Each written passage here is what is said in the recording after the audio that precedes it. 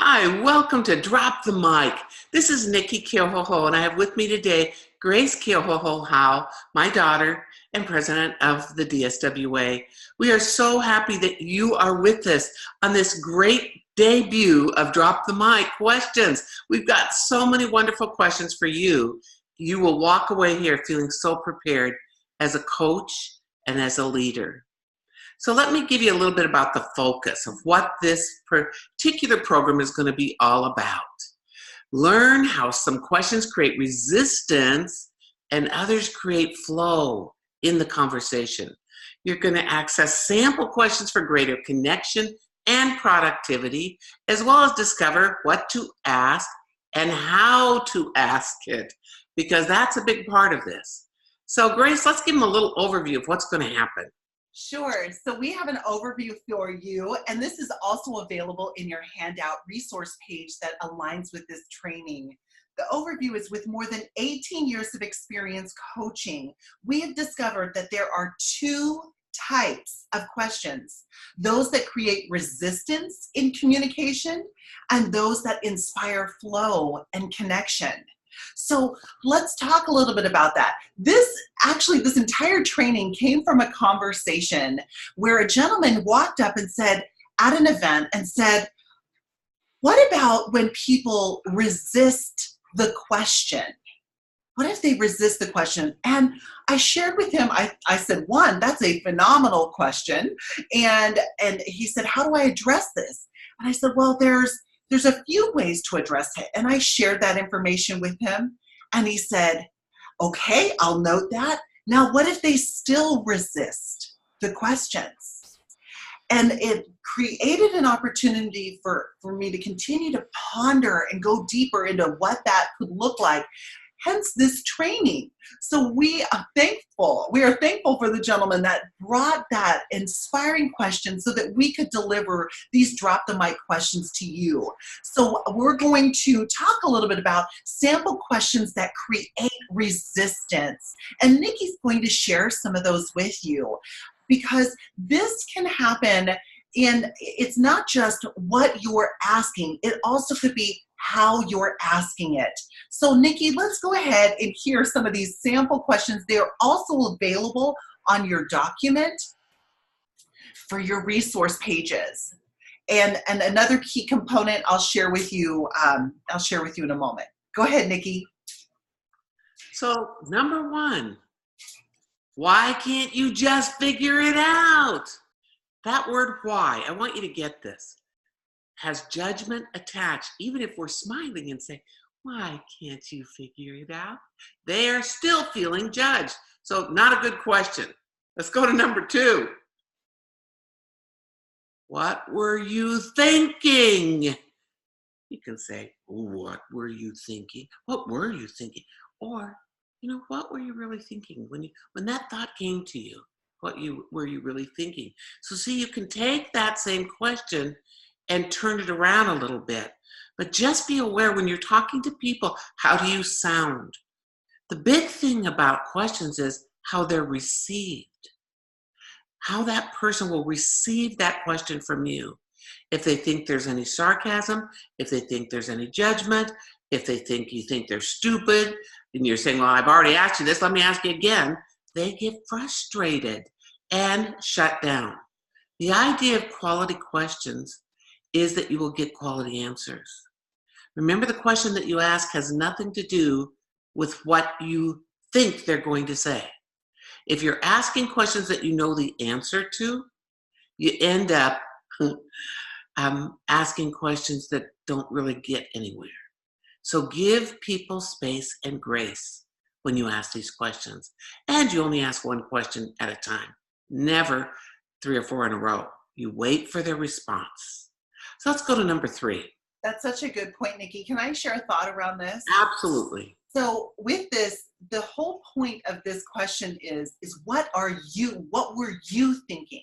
It's almost like we are pointing at the person with our words. We're pointing them out. What were you thinking?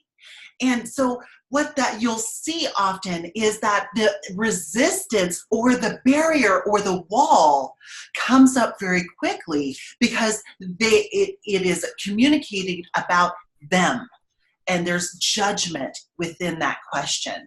So being aware that if you're using the word you, which we're going to talk a little bit more about, it in this context, it could build a wall between you. We don't want to have walls. What we're looking for are bridges. So number 3, did you even have a plan? Did you have a plan? What are you doing? That did you even have a plan is saying, you screwed this up, and I think that, you probably had no plan, and so therefore I'm going to make you wrong. When we make people feel wrong and judged, again, the wall comes up. Coaching builds bridges. When you learn to ask questions, you build a bridge. When you put words in there, even the word but, you put up a wall. Well, I know you really tried, but you didn't do it. There are so many ways that we create resistance with people that we may not even be aware that that's what we're doing. Let's go to number 4. Unless you have something to add there, Grace. This is great, Nikki. I agree. Let's go to number 4. Number 4. Is that the best you can do? Now, I love that picture. That one baby's just one step higher and saying, hey, look at me. And guess what? The one down below, maybe that was the best they could do. That was as high as they could climb in that moment. So it's how you say that. So tell me how you feel about your progress. What was it that got you to this point? That makes somebody feel different than, is that the best you can do? I don't like that one. Yeah. And again, remember, these are questions. We're focusing on the distinction between questions that create resistance, and then we're going to share more with you around questions that create and cultivate flow. So when you're looking at these questions, we're not teaching you that the point of us teaching you these is not to use them. The point is to create an awareness of these questions so that you quickly can identify, all right, if I use these, it is likely, the likelihood of resistance will happen. The likelihood of divide or distance amongst us will happen. The likelihood of a breakdown in communication will happen. So this is a question. It's also a yes or a no question. Is that the best you can do? Yes or no? So it stifles the interaction between you and your team member. So this is the point. So thank you, Nikki. Great. So number 5, are you going to do it your way or my way? In other words, we're kind of saying there, my way or the highway. My way is the right way. So are you going to listen to me and do it like I tell you to do? That's what comes up, which creates resistance. Sometimes people like to do things their way. Sometimes people like space so that they can make choices. And sometimes they'll be wrong. Maybe they won't be the best choice. They will learn from that. So I know when I've said something like that in my past when I wasn't a good coach, I would say things to make people realize, you know what, that's stupid. This is the way to do it. And it didn't work very well. So Grace, you have anything to add to that? So again, I want to reiterate the yes or no to this question. Are you? It leads to a yes or a no, this or that. Also, the emphasis, the reason that all those words are all capped, we are not shouting at you, my friends. We're really looking to provide a point. Sometimes what happens is when we verbalize these questions, I'll give you an example. Are you going to do it your way or my way? So we communicate the difference within our tone of voice, and we say this is the right answer.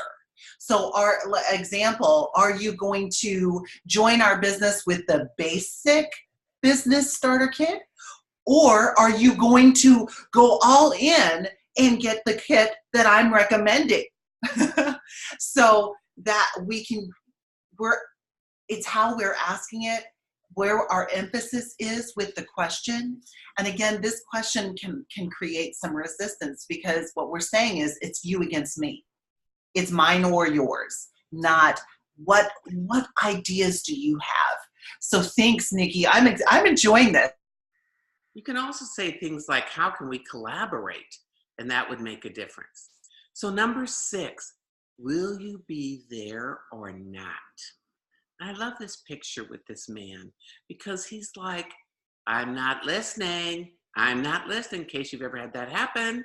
So will you be there or not? Or will you be there or not? So all of that tone piece comes in there. And again, when that little guy there, that is called ignoring.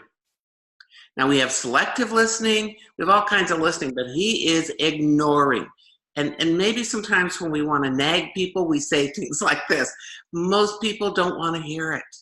So will you be there or not? Or will you be there or not? There's a lot of ways to say that, all can create resistance. Yes. Number 7. Oh, have you done anything this week, you loser? Have you done anything on this project? Have you had any sales this week? Have you had any bookings this week? All of that, again, resistance, judgment. Be aware of not just the words you say, how you say them. How would you feel if somebody said that to you? Have you done anything this week? Not good. Yes. A lot of judgment with that question. And again, leading to yes or no, which stifles the response. Next, number 8. Could you just talk to someone else about this stuff? I'm sick of hearing from you. That's kind of what that's saying. Is there anybody else you can tell this stuff to? All of that says, I'm not here to listen to you. Now, remember, as a good coach, you're not the person that everybody dumps on, because it doesn't do anybody any good. Because if we don't know how to move people to that agreed action and accountability, they talk and talk and talk about nothing. And we get sick and tired of them talking about nothing. So that's when we get to that place and say things like, could you just talk to someone else? This isn't working for me. Know that people rarely have a place to be heard. Rarely. Most people go through life and don't have someone that really listens to them. As a great coach, you listen, but you're not the person that's taking all the stuff from people. You got to find a way to get through that. So, and remember, as a coach, one of the things you can say is, I am hearing you that, you're having a tough time in your marriage right now. And I'm your business coach. I am not a certified counselor or a therapist. Who do you know that you could go to for that? When you speak that way to people, it says, I care, but yet that's not what you're here for. So Grace, anything around that? Yes, I think that's such a great point. And that's the reason that this question came into what Nikki and I are delivering to you today. Because people have come to us and they said, Grace, we feel when they go to our coach schools, they feel like we are counselors, we are mentors, we are cheerleaders, we are coaches, and we are therapists. And there is a liability to that if you're not a licensed therapist or a licensed counselor, and it's not necessarily your area of expertise. And so we love to, just as Nikki was sharing with you, she gave you some gems on how to address that. Even being able to simply say, thank you for entrusting me with this information. Thank you for feeling that comfortable enough to be able to share this with me. And my expertise is in this business and teaching you concepts that will support you to grow a healthy, flourishing, thriving business. Who do you know that has an expertise in this area? And whatever it may be. So if it's with challenges with their children, if it is challenges with their husband, if it's challenges with their other job and their boss, whatever it may be, who could support you in that area. That is their expertise. So Nikki and I gave you a couple of different ways to address it. The key though is to address it, my friends, because otherwise you're going to be a safe landing place for them to keep coming back to you, sometimes throwing up all over you about personal things that are not moving their business forward or your business forward.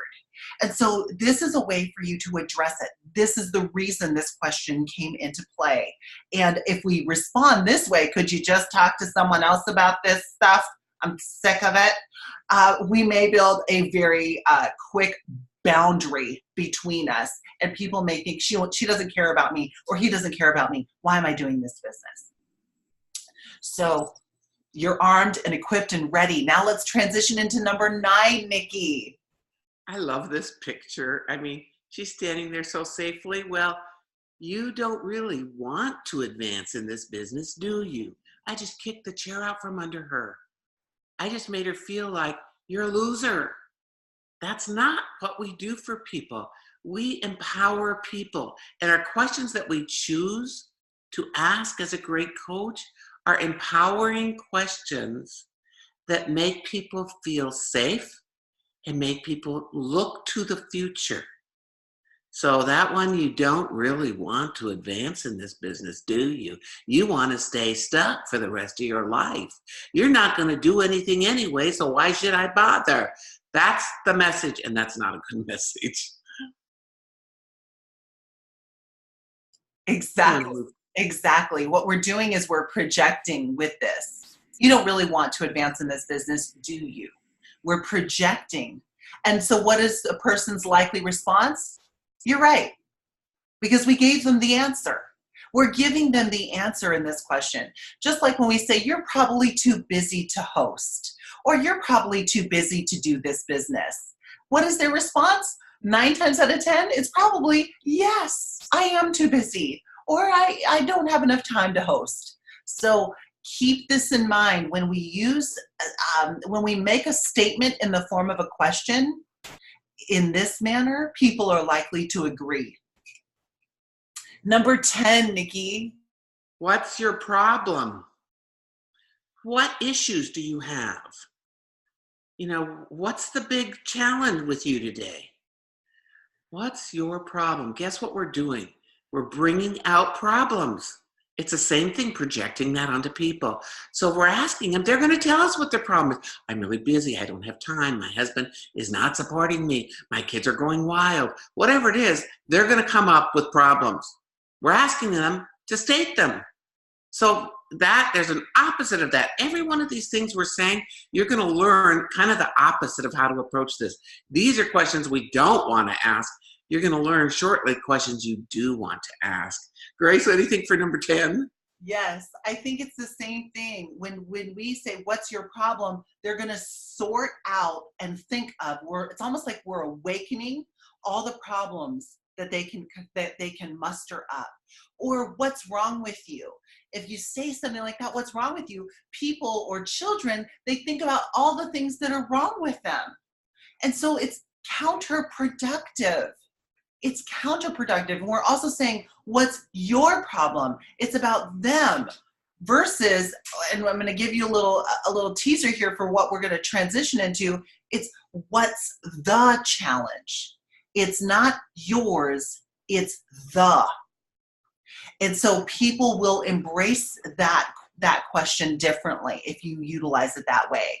So we're going to transition. Nikki, any final thoughts around those questions that create resistance before we transition into cultivating flow? I think the only thing is just to be aware, listen to yourself. And if you're with people, look at their facial expressions and what their body does. When you make a statement like that question, they'll step back a little bit. They might put their head down. They might have their facial expression will be more tense, or just totally step away from what you have to say. So be aware, listen for the pause. When you make a statement like that, the pause is not a good pause, because what they're trying to do with those kinds of questions, which really are sort of a statement, is they are thinking, I'm being judged here. How do I feel about this? I don't like it. I'm going to clam up and not say anything or answer the way they want me to answer, none of which are good. Ah, that's so true. I'm gonna tell this person what I think they want to hear, so they'll leave me alone. And then I'll avoid their calls and any requests to meet with them in person going forward. Any of you can relate to this. It's true. So let's focus on sample questions that cultivate flow. I'm super excited about this. Okay, so number one, now when you take your handout and you would look at it side by side, what I encourage you to do is take the questions that were on the resistance side that Nikki shared, and then take the questions that are on the flow side that we're going to share with you now, side by side. They align. So what we shared with you earlier around why can't you just figure it out? Well, this number one, to create flow, is the opposite. It's the other way of saying the question and restating it. So number one is, what have you discovered that will support you? Versus, why can't you just figure this out? What have you discovered that will support you to move forward? What have you learned? One top leader in a company, and I'm dear friends with her. She's in a highly prestigious role. And she said, Grace, whenever my team contacts me, my first two questions to them are, what did you succeed at and what did you learn? What did you succeed at and what did you learn? I'm not asking them, what did you succeed at and what did you fail at? Because to her, it wasn't a failure. It was a learning lesson to refine and to improve and to get better. So we love this question to build flow amongst the two of you and really empower the person you're speaking with. So what have you discovered that will support you to move forward? What have you learned in this process? How will these experiences serve you and those that you mentor and teach? So again, the flow questions, these are meant to align your connection, align with with others. These are meant to create connection. These are meant to build up people, to build their confidence, to have an environment of acceptance, and to build rapid rapport. So these are what the cultivation of flow questions that we're sharing with you now, that's what it's going to create for you. So people are less likely to resist your questions. So, and Nikki, any thoughts on that? I'm just going to repeat this because I think it's very important. Remember, questions without good listening responses can begin to feel like interrogation.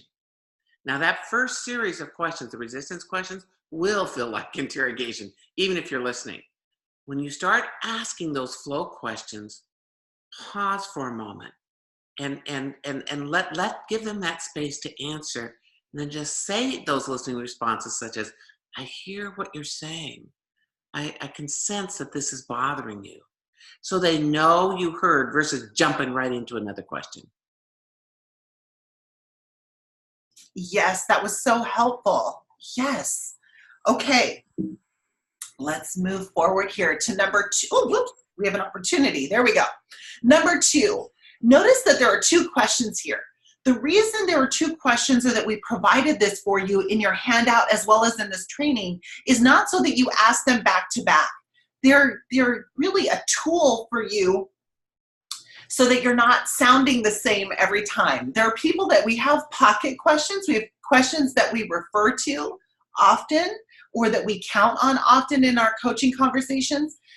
This is so it doesn't sound the same every time. It creates an opportunity for you to ask unique questions. So, because otherwise what happens is if you're always or you're consistently asking the exact same questions all the time in every conversation, people, it's almost like they can brace themselves. Brace yourself, because that one question that she asks all the time, it's on its way. So we gave this for you as a tool. So number two is what worked and what was learned. What worked, what was learned. Short, sweet, and to the point. This goes along with what Nikki had shared. What were you thinking? What were you thinking? Judgment. What worked?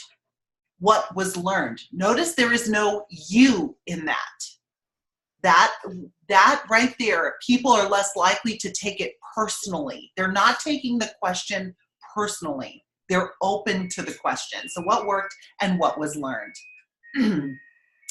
Nikki, jump in here if you have a thought. So just I just have one. That part about, the what did you learn?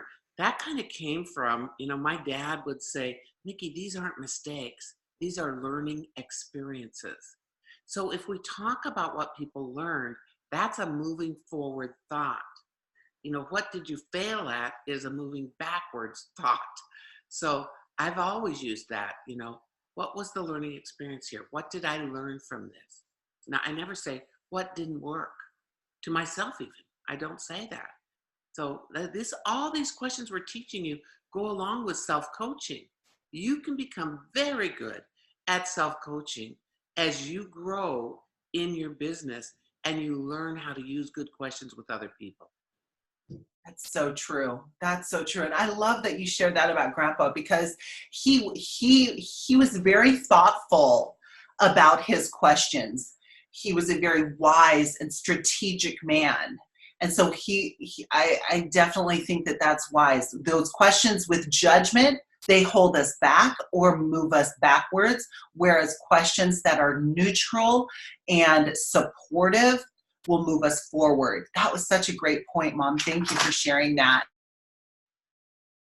Okay, so now we are on to number 3. How can you create a plan, or how do you plan best? So again, these are 2 different versions of the questions. It's not something that you want to ask back to back to back. Again, there are options for you. This went alongside of the question that was processed earlier. Did you even have a plan? Again, judgment. So how can you create a plan, and how do you plan best? What are some plan strategies that you've heard of? What has worked for you before? What kind of planning has worked for you?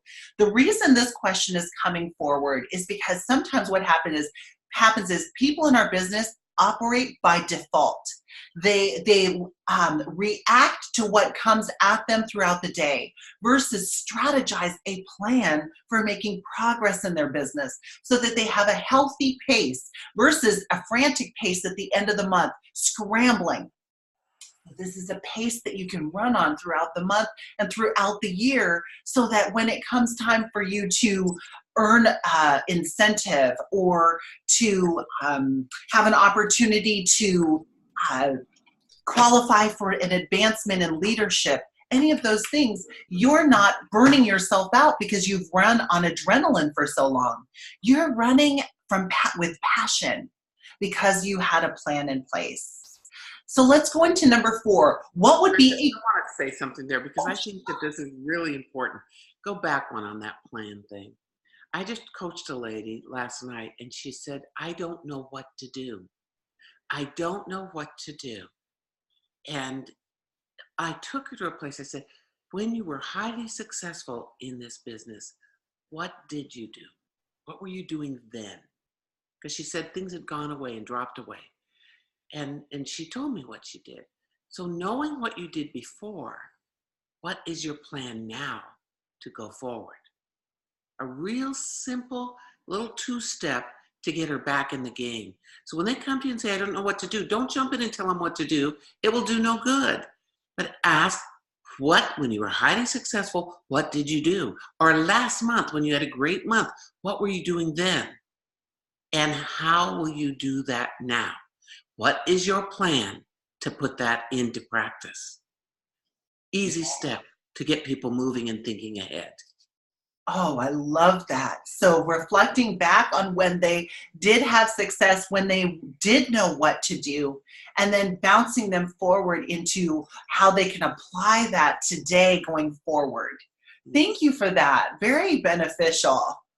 Okay, so number 4, what would be a victory for you? This went alongside our question, is that the best you can do? Is that the best you can do with the little babies going up the elevator, or up the ladder? Versus here, what would be a victory for you? What does success mean? How do you define success? See, what would be a milestone towards your ultimate goal? These are different versions of this question that again create this collaboration, this flow of communication and connection. So what would be a victory for you? What happens is they will look for what that victory would be, and then you can strategize how to create that, how to make that possible. Number 5, with your strengths in mind, how could this be done? With your strengths in mind. See, so many people are focused on what everyone else is good at. And they want, and this is something that I heard from a woman. She goes, people for years, almost my entire life, told me, focus on your weaknesses and make them stronger. Focus on your weaknesses and make them stronger. And I said, and how do you feel about that? She goes, I feel like I'm constantly falling short. I feel like I am not enough. And I'm often comparing myself to others because they're good at all the things that I'm not good at. And I asked her this simple question, well, what if you were to focus on your strengths and make those strengths stronger? She said, Grace, I could do that. That's something that I could do. She started crying. She said, for the first time, this is like I'm giving myself permission to hone in on what I'm good at and then live it. So with your strengths in mind, how could this be done? You're supporting people to look at what they're naturally gifted and talented at, what their sweet spot is in this business, and for them to put a lot of energy and emphasis in that area versus looking at everyone else and comparing themselves to others. I want to share just a brief, quick thought around this. I learned this. I picked up a book. Every day I pick up a book. I have a library of books. My mother knows, everyone who knows me well, knows that I love books. I carry books with me everywhere I go. I even travel with them. Hence, my luggage is abundant. Anyways, so I pick up a book and I'll do this. I'll open up a page, and the page that I'm meant to read, or the pages I'm meant to read, will open up. And so I'm looking at this book, and then this page pops out, and it says to me, and it says on the page that rather than comparing yourselves or putting down what someone else has and feeling bad that you don't have it, remind yourself, say to yourself, and that is for me too. So when you see someone that's advanced to a title that you would like to advance, or accomplished a production level, or accomplished the growth of an organization, say to yourself, and that's for me too. Versus putting them down or being sad that you're not there does them and you no good. Versus lifting them up and saying, congratulations, that's exciting. And bring it closer to you. And that is for me too. So I wanted to just share those quick tips. Nikki, any thoughts on that? I'm just going to add that difference between inclusive sorting and exclusive sorting. When we sort exclusively, we look at how we're different than other people. Well, she's really smart. I'm not that smart. You know, she has a very supportive husband. My husband isn't supportive. She has a great background in education. I do not. So we put her up and we put ourselves down. When we go to that place, it sucks our energy dry. This is, again, another way to coach yourself. You ask yourself, how am I like her? I'm like her because she's really creative. I'm like her, she's fun. I'm like him, he is really bright. That's how we take care of and nourish ourselves. Everybody that's listening to this, you can't go through life sucking your energy dry because you're always finding fault in yourself and where you're not enough. And that was another thing that my mother, Grace's grandma, taught me. She said, because I didn't get geography, I didn't get geometry, I didn't get algebra. I wasn't like the sharpest crayon in the box. But I went to her and I said, Mom, I'm not like my sisters and brothers who are all so smart and they all know everything. It doesn't make me happy. She said, Nikki, what are your strengths? And I said, I'm good with people. I love people. I want to understand people so I can be of service to them. And she said, Nikki, focus on your strengths and make that your life work. And that's what I did. And I get to do it every day now. And I'm thankful that she had the foresight to say to me, instead of saying, you need to study, you're just as smart as your brothers and sisters, you should have straight A's just like they. She didn't say that to me. So you see, these things that we're teaching are really life lessons, not just in our business, with who we communicate with. And we all communicate with people all day long. How will it feel to be that person who empowers others, who gets them to see their strengths, their gifts? What will that be like? How big a difference can you make for people? That's what this is all about. It's not just a list of questions to say and not to say. It's how you live your life, being a vehicle of hope for others and empowering people. Thank you for that. That's profound. That is profound. Being a vehicle of hope, giving hope to others, and bringing out and awakening the giant within them, awakening their gifts and talents. I love that. So, what would inspire you to attend? So, rather than asking that question, are you going to be there or not? Are you going to be there or not? Are you just going to come or not? I mean, I just need to know this. Uh, what would inspire you to attend? You know, what could we do to make our meetings meaningful and beneficial for you and your business? What kind of topics would be of interest to you? Again, what would inspire you to go to conference? What would inspire you to earn leadership? What would it take for you to make that a non-negotiable in your diary or in your calendar? What would it take for this event to be a priority in your life or your business? So those are a couple of different spins on that same question. Again, it's without judgment. It's what would inspire you to attend this event, so I can have a greater understanding of that and create that environment so that you're inspired to be there. That's one of the strategies. We've done a lot of research, and you're going to learn more about this at Coach School and other trainings that Nikki and I provide in the DSWA. One of the major characteristics of those that will achieve the highest levels of leadership in our profession is being plugged in. So people that are plugged into events, plugged into Zoom calls and trainings, plugged into personal development, plugged into attending company-sponsored events, and continuing education programs like we offer all around the world. These people are plugged in. What makes that important? What makes that attribute important is that it's not something you need to be born with.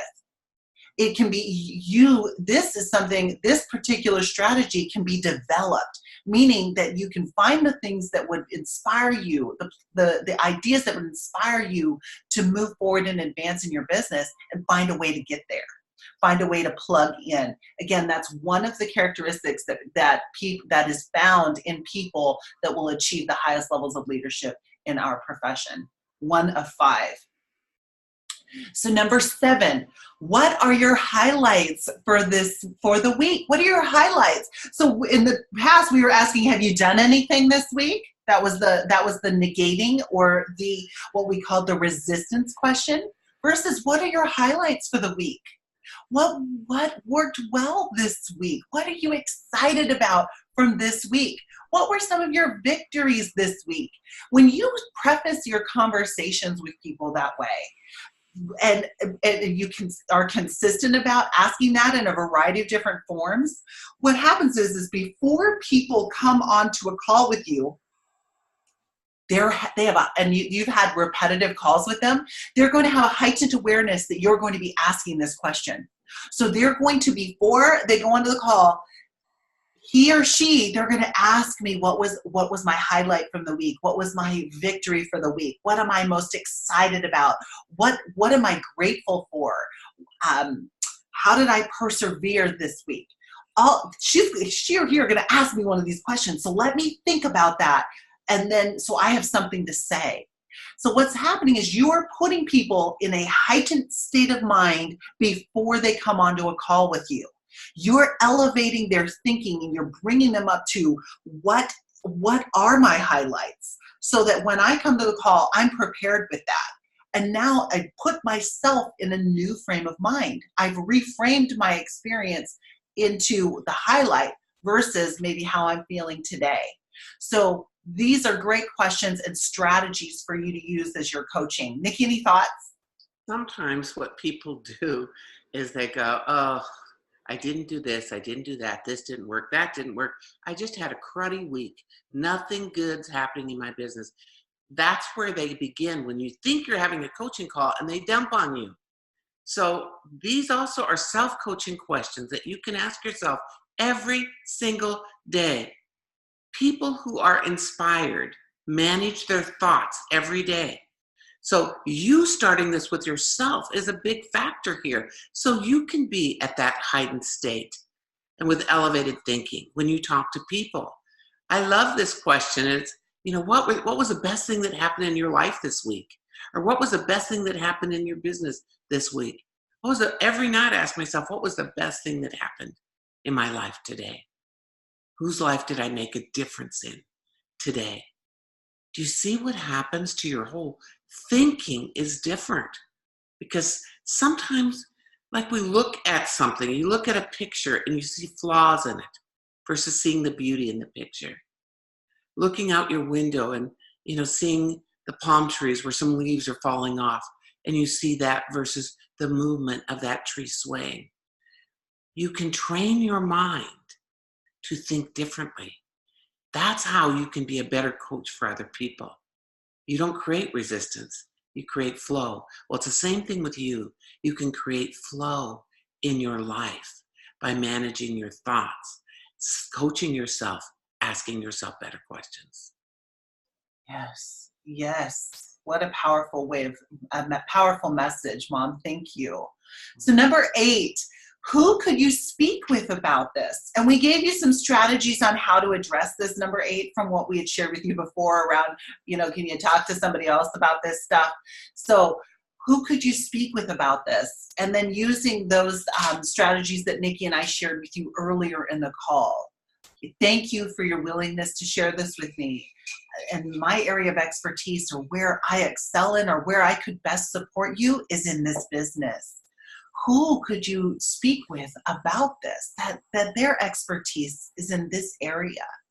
So again, number 9, a couple of different versions of the question meant to be asked one at a time. What is your vision for this business? How do you want to benefit? What would be some of the reasons that you would become a part of our brand and our business? Who would be impacted and influenced the most by your decision?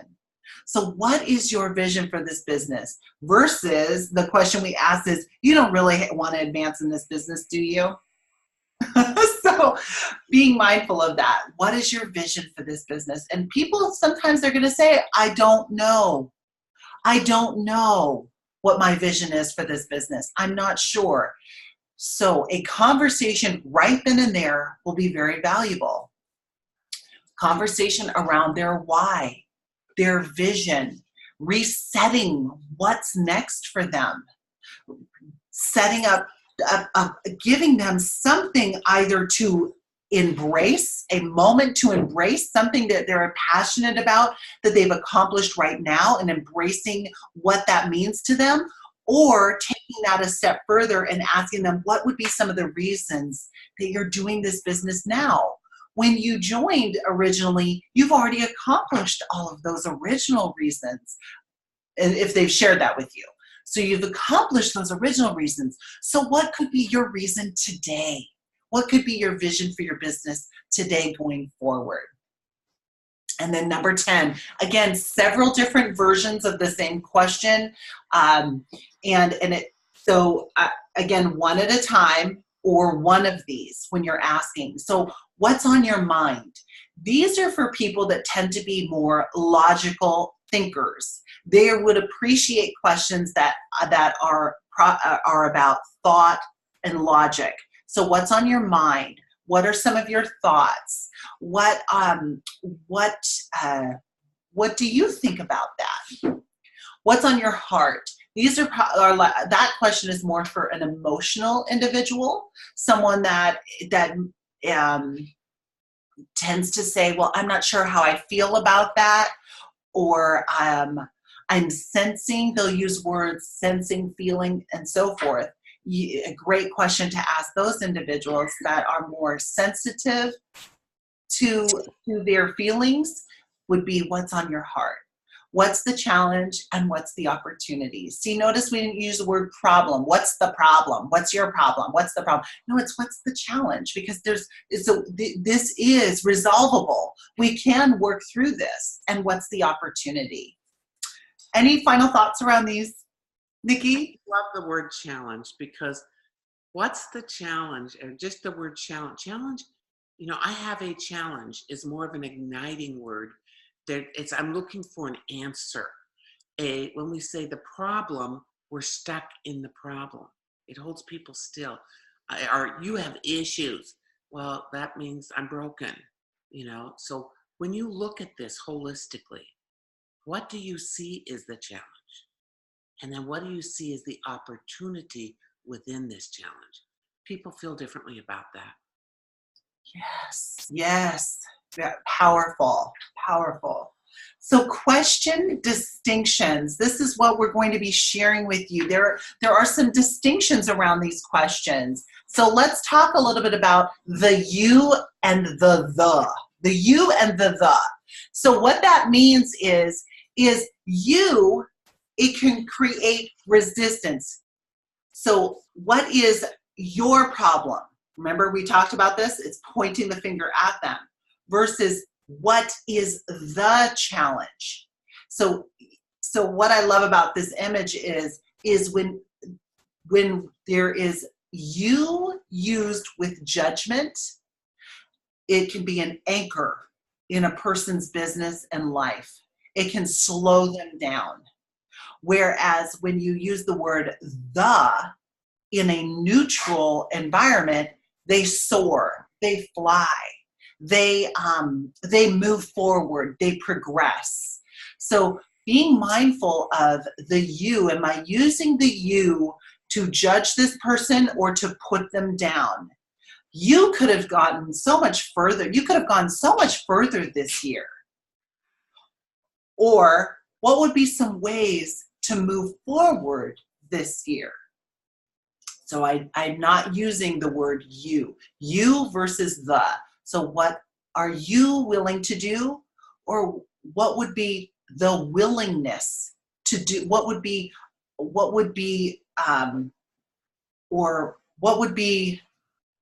Who would have the willingness to move forward with you? So I'm using the word you to bring it back to them without judgment. That's the key. Is you is an anchor. The can support someone to fly. I talk a lot about the situation, not the problem. This is the situation, and that lightens the load for people. We're in this kind of the situation right now is versus the problem right now is. See, a lot of this ties into enlightened vocabulary, which is all different training that we do, but it's learning word choices to give yourself and others the best results.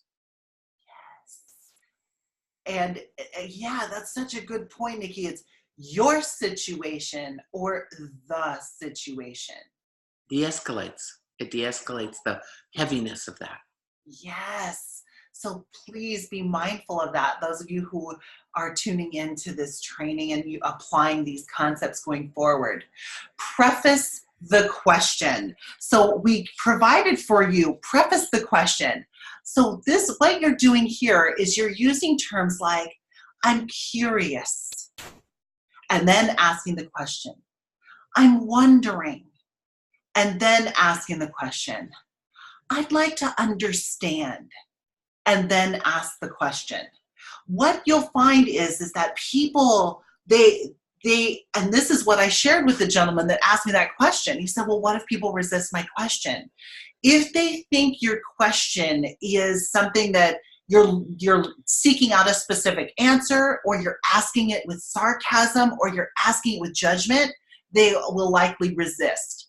Whereas when you use the term, what you're doing, I'm curious, you're reminding them that you are curious, you don't know the answer. You're also reminding yourself that. I'm curious, I'm wondering, I'd like to understand this better. That is a way to lead into your question, to remind you and them that you don't know. And I sometimes will even say, I'm not sure what your response will be to this question. I still would like to know. And so again, that reminds me, okay, Grace, be neutral. Ask your question in a neutral way without judgment or without leading.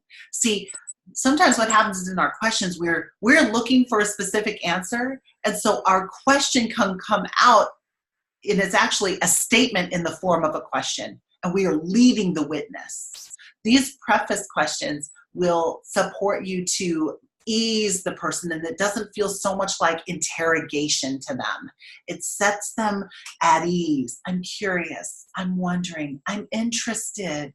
I'd like to understand.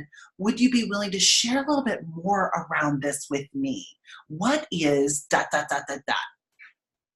Okay? One other one, Grace, to add with that. Sure. I just want you all to think about this.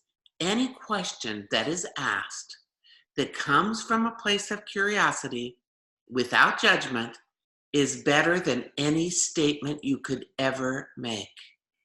Now, I'm going to tell you, people can object all day long to statements. They don't object to their own answers. So the better you get at asking these quality questions that flow, the better results other people get, and the better you feel about that conversation. You don't need to be perfect to start with. You aren't going to know every question to ask. Just start somewhere. And if the question doesn't come out good, reframe it, ask a different one. By the way, if somebody says to you, would you ask me that again? They're confused. They have a confused mind. So don't ask it the exact same way. Change it up and ask it so it's very clear, to the point, short, and easy for them to follow. Yes. And Mom, I think there's an opportunity for a reframe. They may not have a confused mind. They may be confused at our question. That's it. That is a much nicer way to say that. Yes. Oh my goodness, I love you. Oh God, I have a confused mind half of my life. We may have people that have asked us that question or have asked themselves that question. Can you ask that in another way? So I want to make sure you all know that you don't have a confused mind. It's that the way the question came across could be confusing. Yes. All right, let's go forward. Communicate your intention. So when you're communicating your intention, it is, my intention is to serve you. So how am I coming across that way? My intention is to get to understand a bit more about you. So let's say you're talking to someone about your business. My intention is to get to understand you a bit better, and also to share a little bit more about what we have to offer with our business. So I'm communicating my intention. Or I'm reminding myself of what my intention is for these questions. So reminding myself of what my intention is to have a greater understanding of what she's looking for, so that I can understand what we have to offer with our company that aligns with what she's looking for. Or my intention is to understand what are her strengths, so I can understand how could those strengths be beneficial and useful in our business. My intention is to understand more about what her vision is for her life and the people she loves the most. So I can, as I'm training, teaching, or offering support, I have that in mind. So when there are things that are the unexpected takes place, or she got a temporary setback, I have some thoughts around, or I have an understanding, so I can support her to move forward. So being clear on what your intention is, or to set an intention. So you're designing your communication versus, okay, well, I'm just going to wing it and see how it goes. Yeah, there are times where you can wing it, and then there are times where you can be thoughtful and mindful and care enough about the conversation to prepare for it, especially those that are sensitive. Sensitive conversations could be something when you're giving people feedback, compassionate feedback. Sensitive conversations could be when you're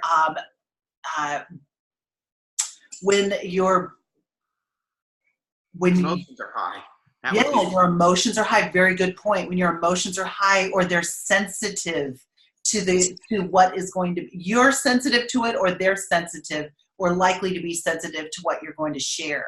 Prepare for that. A wise man recently stated, I was listening to him talk, and he said, what happens is the longer the conversation, the longer the training you're going to be delivering, it's almost like the less preparation you need to have for the longer trainings, because you have more space within the training. Whereas when you have 5 minutes to get your point across, or 15 minutes, he said, I could prepare for hours to prepare for a 5 to 15 minute interaction if I'm looking to have the greatest impact. Now, what am I saying by that is that was for training, when the gentleman was going in to present to an organization, or present to their team, having that being prepared to deliver a message with impact. So I'm not saying spend all your time planning. I am saying be intentional, though, about what you're going to say and how you're going to say it, and so that you're going in prepared. So communicate your intention to yourself, if it's appropriate, to the person you're speaking with, and then walk that out. Nikki, tone and pace. What are your thoughts on that? Yes. Tone and pace is really important in working with people. First of all, if your voice sounds like this and your face looks the very same for an hour, people can't stay with you. No. Now, tone is, it's higher or lower, it's louder or softer. You've got to make some adjustments depending on what the person is saying.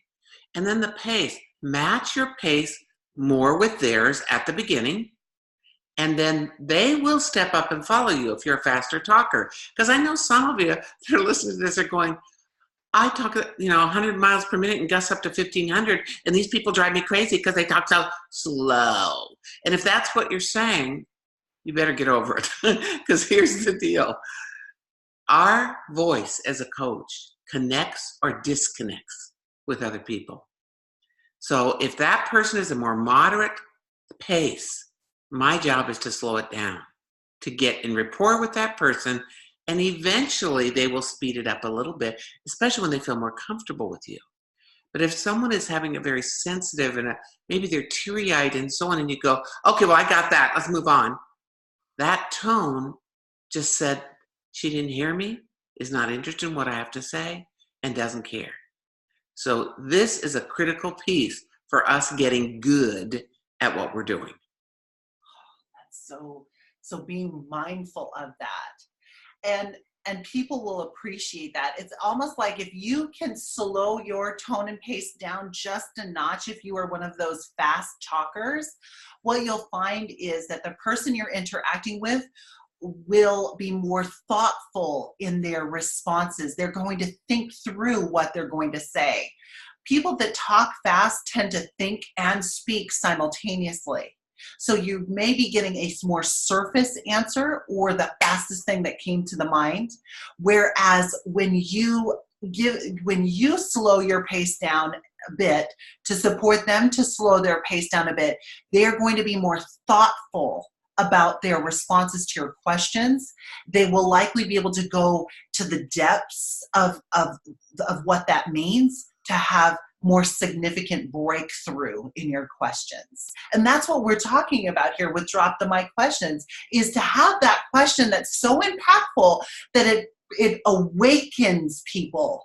It brings out the best. And that's one of my favorite quotes. Carl Gustav, he said, those who look outside dream, those who look within awaken.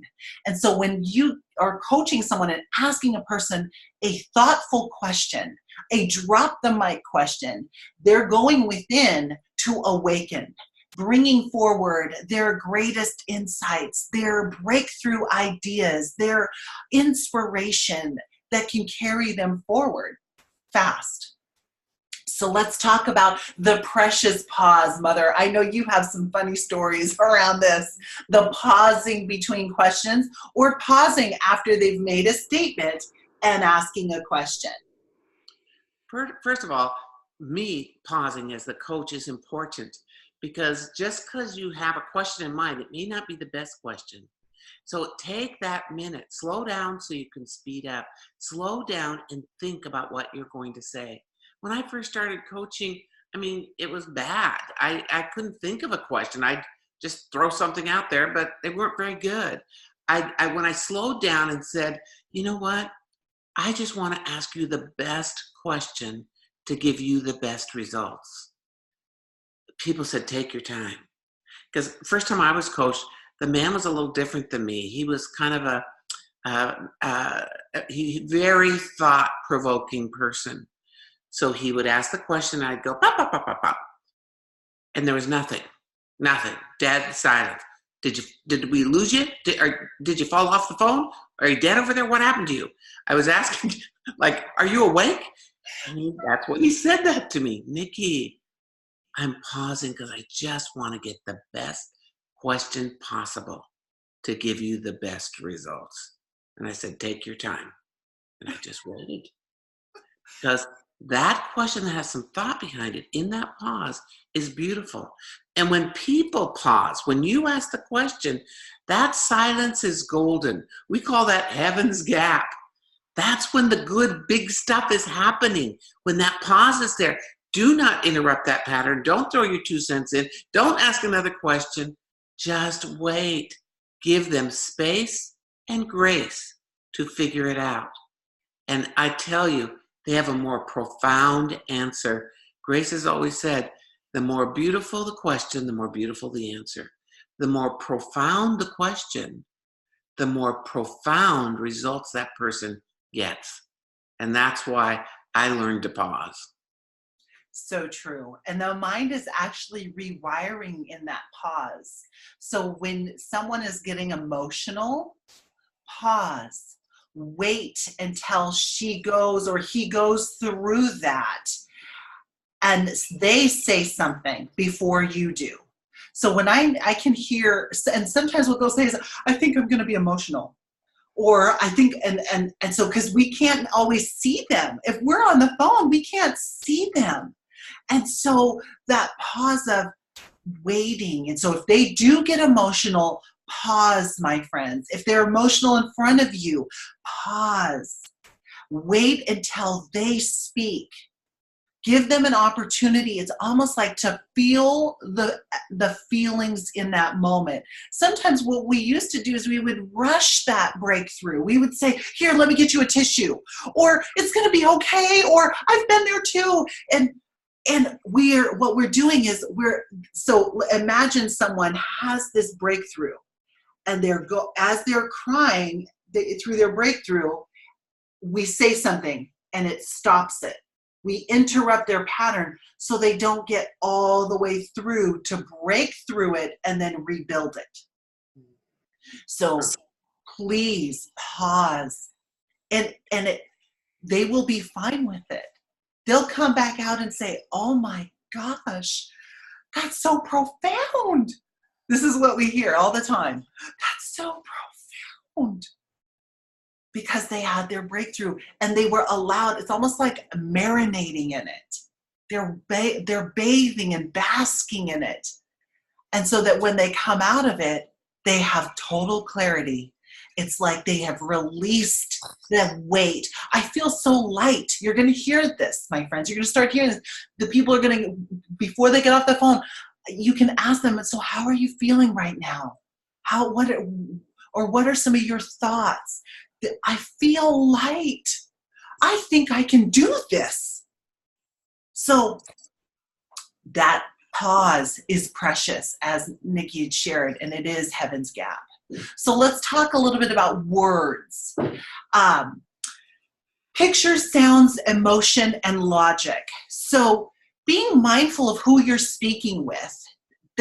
Are they picture people? So using words in your questions that reference an image. So imagine what that would be like.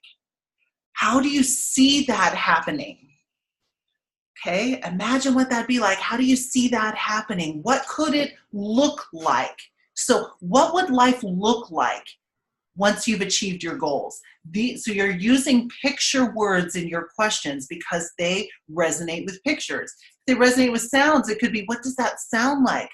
What voice are you hearing? Who would acknowledge you for this accomplishment? Or who would you want to acknowledge you for this compliment or for this accomplishment? What would you like for them to be able to say to you? Emotion, how are you feeling about this? How would it feel to achieve that ultimate vision that you're aiming towards? Logic, what are your thoughts? What is coming to mind? What would be the strategy? So using words based on what they resonate with in your questions is an advanced skill. And you'll learn more about this at Coach School and Advanced Coach School. Body language. Nikki, talk to us. Body language. I love that lady's face. She's like, are you kidding me? Our bodies send messages. It's just like when you sing, isn't that a good idea? Look at what my head's doing. They know what's happening. We have giveaways. Grace, would you do your eyebrow for everybody so they could see that eyebrow? Look at that eyebrow, folks. That eyebrow is the judgment eyebrow. If you see that eyebrow going up from Grace, I can't do it. I could try really hard, but I still can't do it. But that eyebrow are the ones where she goes both ways. Not good. So, or this one. I'm going to fold my arms. I'm going to close you off, and I'm going to just shut you down.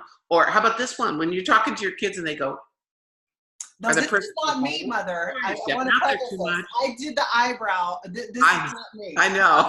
That's it. Like all the things I'm like, wait a second. Let's rewind down for a second. That's it.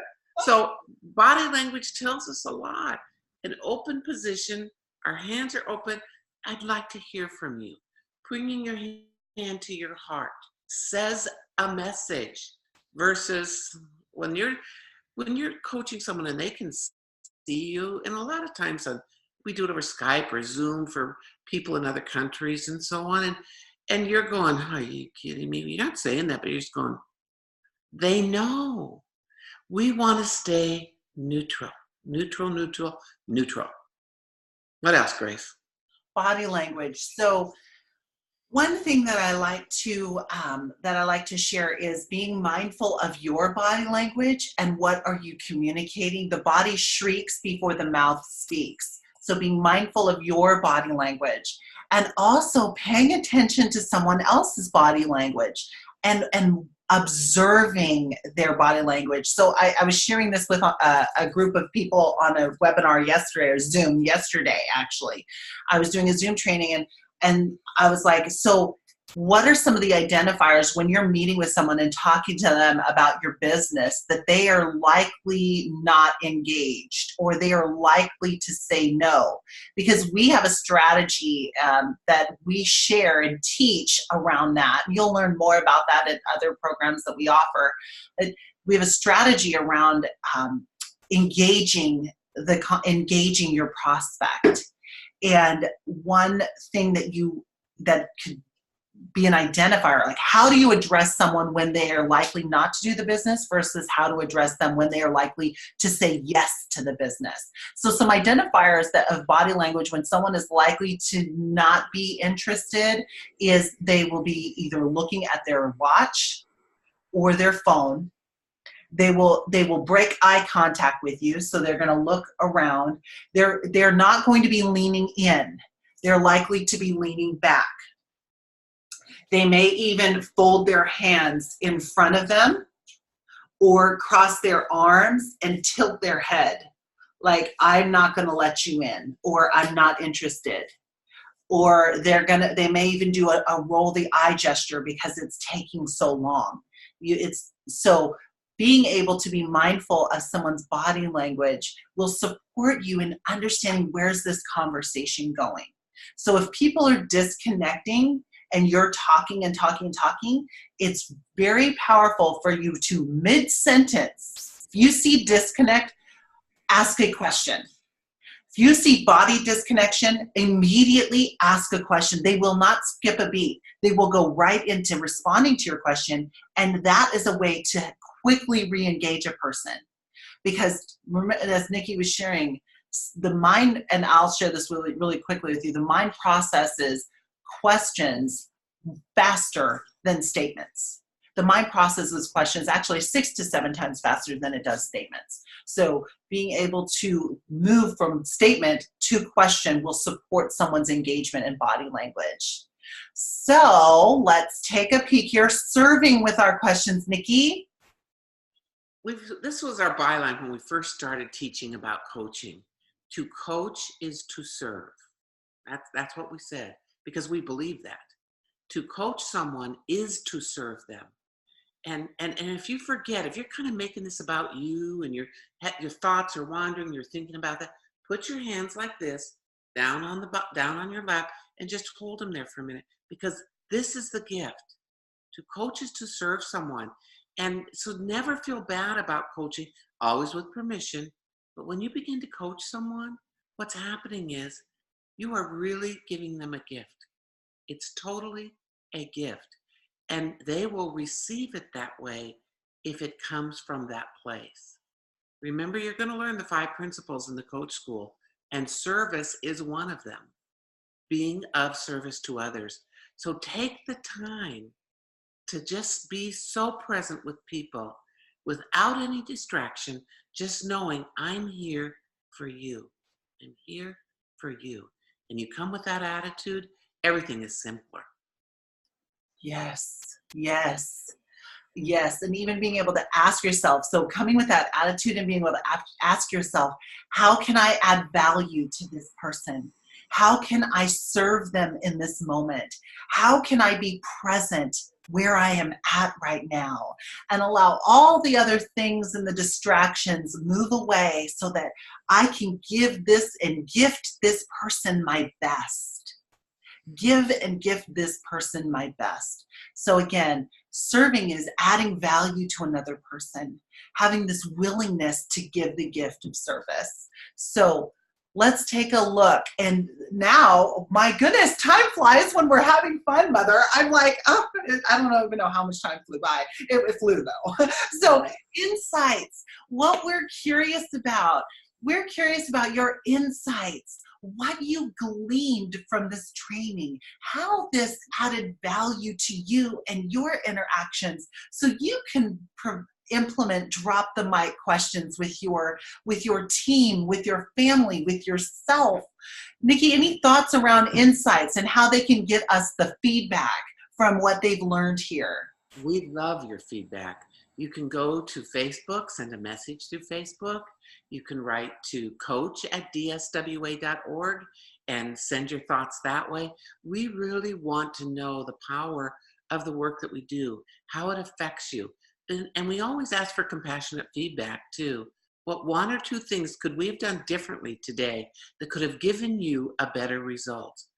And we love to hear that, because that's what makes us better, which gives you better results. So be sure to let us know if there's something we could do differently. If this was of value to you, let us know, because we want to do more things like this. You know, it's funny because preparation to do these, you got to have lights, you got to put on some lipstick, you got to look okay to do it. But even then you go, oh gosh, that shadow is bad over there. But you know what? It's not here about us. It's really all about you. And we want to know what you think and be willing to share that with us. Yes, and how it impacts your life. What differences you're noticing as you're using these tools with others, because it can have a rapid impact if you will activate it. See, knowledge is not power. Applied knowledge is powerful. Applied knowledge is powerful. So what are 1 or 2 things that are in your notes, that are in what you've learned today, that you're going to activate?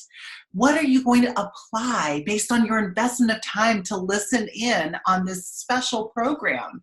Drop the mic questions. What would you like to see more of? See, this one gentleman's question inspired this message that all of you are receiving.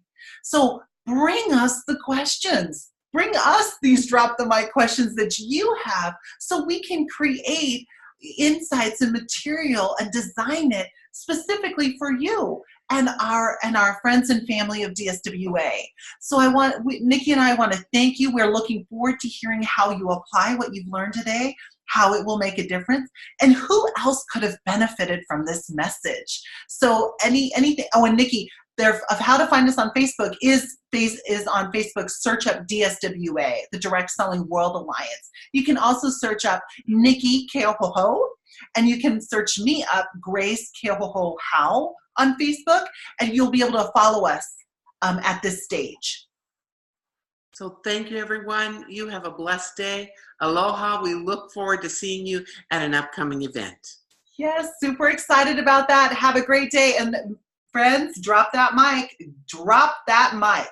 All right, we'll see you soon.